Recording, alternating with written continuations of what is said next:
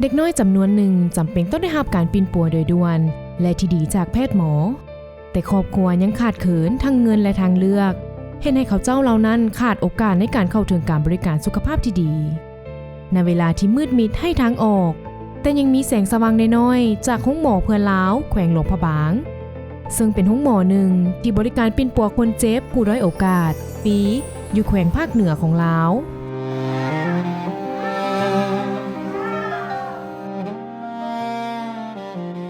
ในแต่ละวันมีเด็กน้อยหลายห้อยชีวิตได้รับชีวิตใหม่จากที่นี่อย่างใดก็ตามห้องหมอบ่สามารถยืนอยู่ได้ด้วยลำพังยังต้องการแห้งช่วยเหลือจากทุกคนในสังคมเงินเพียงเล็กน้อยจากทานสามารถเปลี่ยนชีวิตของเด็กน้อยผู้ขาดเขินด้อยโอกาสได้มีรอยยิ้มและอนาคตที่สดใสเห็นได้ความสำคัญต่อภารกิจของห้องหมอเพื่อนลาวที่ช่วยสังคมโดยบ่ฮู้อิดเมื่อยดังนั้นตลอดหลายปีที่ผ่านมา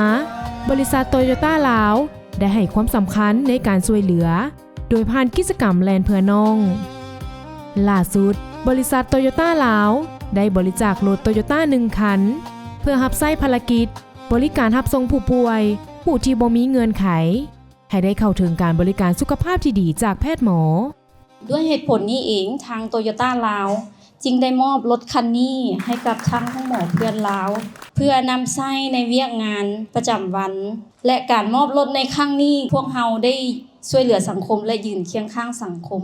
มื้อนี้ข้าพเจ้ารู้สึกภาคภูมิใจหลายที่ได้เป็นส่วนหนึ่งในการมอบยานพาหนะรถให้กับห้องหมอเพื่อนลาวเพื่อเด็กน้อยจุดประสงค์หลักของการมอบรถในครั้งนี้ก็เพื่อมอบโอกาสให้กับเด็กน้อยผู้ที่อยู่ห่างไกลศอกลีกเพื่อให้ห้องหมอมียานพาหนะเข้าไปเยี่ยมยามเด็กน้อยที่อยู่ห่างไกลศอกลีกและมีความต้องการในการช่วยเหลือทางด้านเรื่องสุขภาพการช่วยเหลือครั้งนี้เป็นการมอบโอกาสให้เด็กน้อยที่ขาดแคลนเรื่องสุขภาพเพื่อให้กระเจ้าได้มีโอกาสได้เติบใหญ่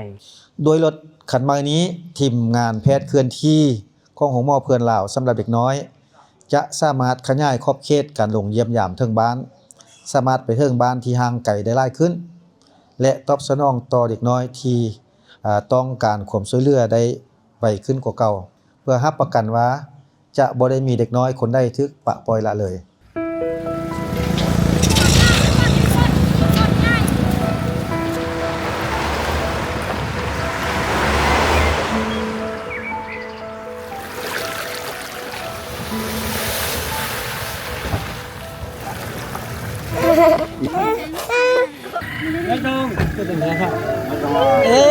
Yang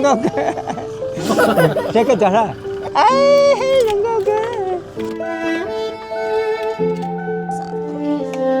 คุยเปลี่ยนนะอันนี้เพื่อสนองในการที่คนไข้อยู่ห่างไกลโชคลีกเรื่องการเดินทางสภาพห้นทางลำบาก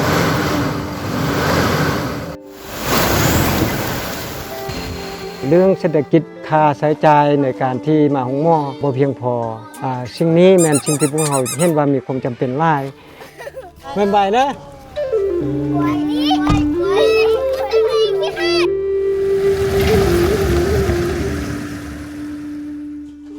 ขึ้นโอ้ไอ้ก้อนใหญ่กว่าเฮาแล้วไอ้ก้อนใหญ่กว่าเฮาแล้ววางเด้อ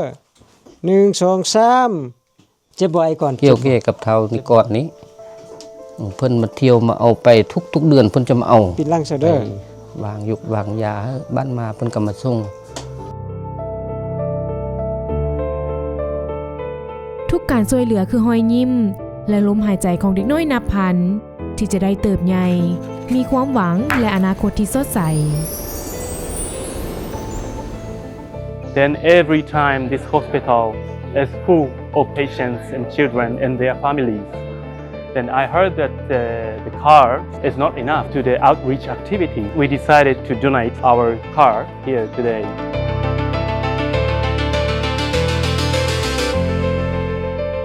And without your support, we cannot continue to save children's life. I really appreciate your support. Thank you very much. ก็ดีใจเนาะที่ทางบริษัทโตโยต้าเพิ่นก็สนับสนุนรถคันนึงให้พวกเราเพื่อจะได้มุ่งใช้ในการดูแลคนไข้เพื่อรับและส่งคนไข้ให้ต่อเนื่องกันพวกเขาบริษัทโตโยต้าลาวเชื่อว่าการสนับสนุนครั้งนี้จะสามารถต่อลมหายใจเพื่อให้น้องๆได้เติบใหญ่และมีอนาคตที่สดใส โตโยต้าขับเคลื่อนความหวัง